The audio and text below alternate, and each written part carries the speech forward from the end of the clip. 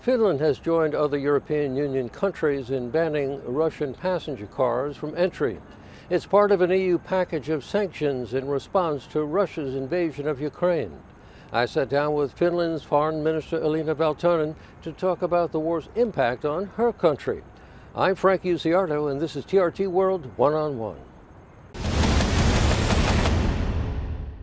Finland's Foreign Minister Elina Valtonen, thank you for joining us here on TRT World today. Thank you so much.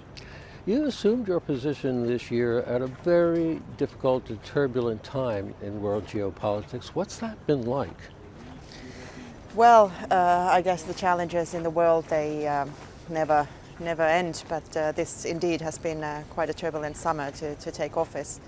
But then again, I'm an optimist, and I tend to see that, or tend to think at least, that in the future things might become better. That's at least what we're working for, aren't we? Here at the General Assembly, you also arrive at a very unique time because we have a wartime president, Vladimir Zelensky, addressing both the General Assembly and the Security Council. I'd like to get your impressions of that because that really is unique. It's unique, but I think it's also very valuable. It's good that the wartime president is here to address effectively the world and telling what it's like to lead a country that is engaged in defending its independence and territorial integrity, and to remind everybody that this is exactly what we should be trying to avoid in the world, and that's exactly what the United Nations and the UN Charter is for, that we should respect each other and the independence of people. Well, now that Russia has been blatantly breaching the UN Charter and violating territorial integrity of Ukraine, I think it's extremely good that we are having this timely discussion also here presently in New York. Now, Finland has given Ukraine many defense packages. Tell us about that. Yes, our arms assistance for Ukraine now amounts to 1.3 billion euros. We take the situation very, very seriously. The Finnish people can sympathize with Ukrainians as we've had our own history. We have a long border with Russia, and we've had in the past had to defend our country against the invasion from Russia, back then Soviet Union. And luckily we were able to remain independent, even though at a heavy cost. So the Finnish people want to help. They want to aid Ukraine for as long as it takes. And of course everybody is looking forward to a future with peace. But we need to help Ukraine achieve a position out of which they can set the terms for the negotiations and for a lasting and just peace.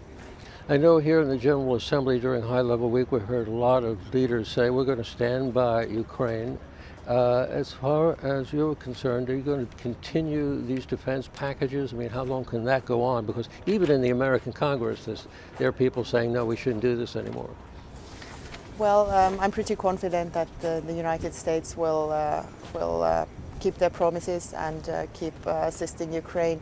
But of course, it's very much also up to us Europeans to keep doing that, and I'm confident we will do that. The G7 just engaged last summer to security effectively assurances to Ukraine, which are long-lasting, and we are now in the process, also as Nordic countries who attached to that deal last summer, to sort out what exactly it's going to be for the course of the coming months and years, for as long as it takes, really. But of course, nobody expects for the war to take as long. Russia could end the war this afternoon. We're talking politics here, geopolitics, as well as humanity. And what do people on the streets tell you? Are they really nervous about what's going on? Well, I think people on the street, they are worried. Of course, nobody expected to have this scale of a war in Europe, or war in the first place in Europe, in this century, in this decade. So I guess people are worried, but they also tend to think that this is more of a principled and philosophical question as well, because all these values we have taken for granted for so long, including the UN Charter and the rules-based international order. If we don't defend it now, then when do we do it? This is the time to do it. Now, in terms of sanctions that have been placed on Russia, have any of them affected Finland? Well, to an extent, surely they have. We do have, of course, the long border with Russia. So most of the Finnish companies have exited Russia, and we have downscaled our trade tremendously. In the first place, actually, we weren't that dependent on Russian, say, gas or oil in the first place. So, for instance, what comes to electricity, we are more or less 100% independent these days anyway.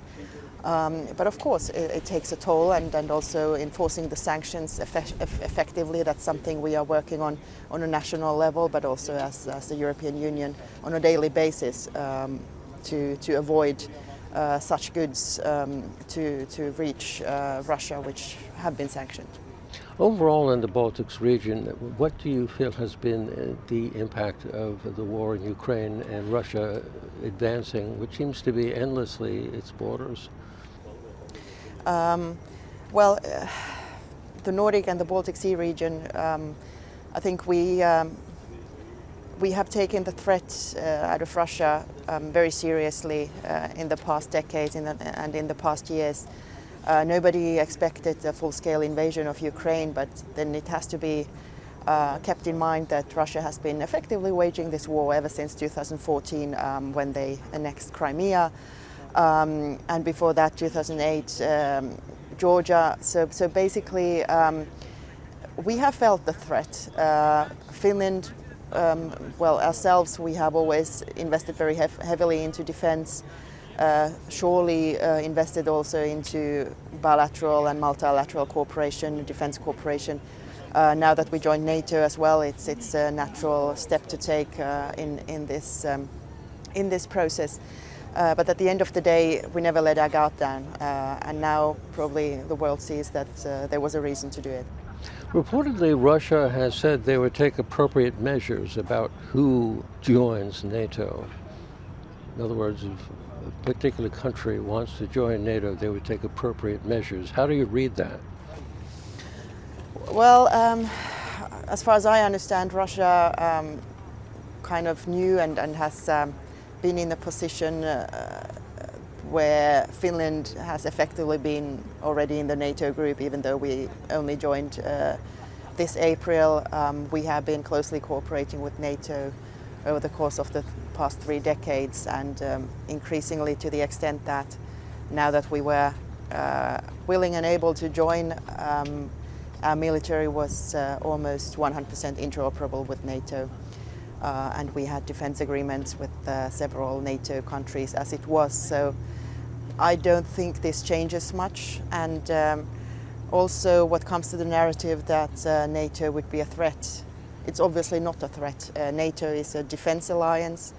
And if NATO were a threat, then why would Russia have moved all their troops away from the Finnish border now that we have joined NATO? So certainly we did the move in order to bolster our security, our defense, and of course to stand up for the values and the European way of life. This is perhaps one of the most dangerous and turbulent times in Europe in many years, many decades. How important is it to have a strategic partner like Turkey? I think it's extremely important to have a strategic partner like Turkey. The bilateral ties between our countries have been very strong even before, but now that we are in the same alliance, I think it just further underlines the importance, not just obviously between Finland and Turkey, which are geographically far away from each other, but it just shows that for the entire alliance, for Europe, and for the international order of security and the rule-based world order, I think it makes a huge difference, and that we are cooperating and working together. And Turkey plays a key role also what comes to, for instance, such mediation issues with the Black Sea Grain Agreement. I just had a chat with my honored colleague Hakan Fidan on this, and I appreciate very strongly his efforts to get Russia back into the deal. How has that affected you, Russia pulling out of the grain deal? Well, Finland in itself, it hasn't affected so much because I think what comes to Ukrainian grain, who is most dependent on it is the global south and countries who depend on imports of food and grain effectively. So two things. Well, first of all, now that Russia has started to weaponize food by denying the transport through the Black Sea, but also through bombing civilian infrastructure and grain arrangements, then this affects most those people in hunger. And the second thing is, of course, they also affect the pricing, because now they can get the price of grain a little bit higher, and since they are a significant exporter themselves, they can make a profit out of it. So I'm pretty sure, and based on the discussions I've had during this week with colleagues and friends and partners around the world, people extensively see what role Russia is trying to play here. So it's strongly condemned by the international community that they are weaponizing food in this manner. In closing, I wanted to ask you about Finland's participation in Climate Week and the Climate Summit. I know you have a big agenda there. Tell me more about that. Yes, our delegation is led by our president, Sauli Niinistö, and he took a significant role in that as well. And for a reason, because Finland, we have very ambitious goals of being carbon neutral by 2035. We have very strong, high-class, world-class technologies and companies in clean energy and energy efficiency. So we really want to help the entire world to reach our carbon targets, our neutrality targets, yes, we take it very seriously in terms of climate for all the people on this planet. Finland's Foreign Minister, Elina Valtonen, thank you very much for joining us here on TRT World. Thank you very much indeed.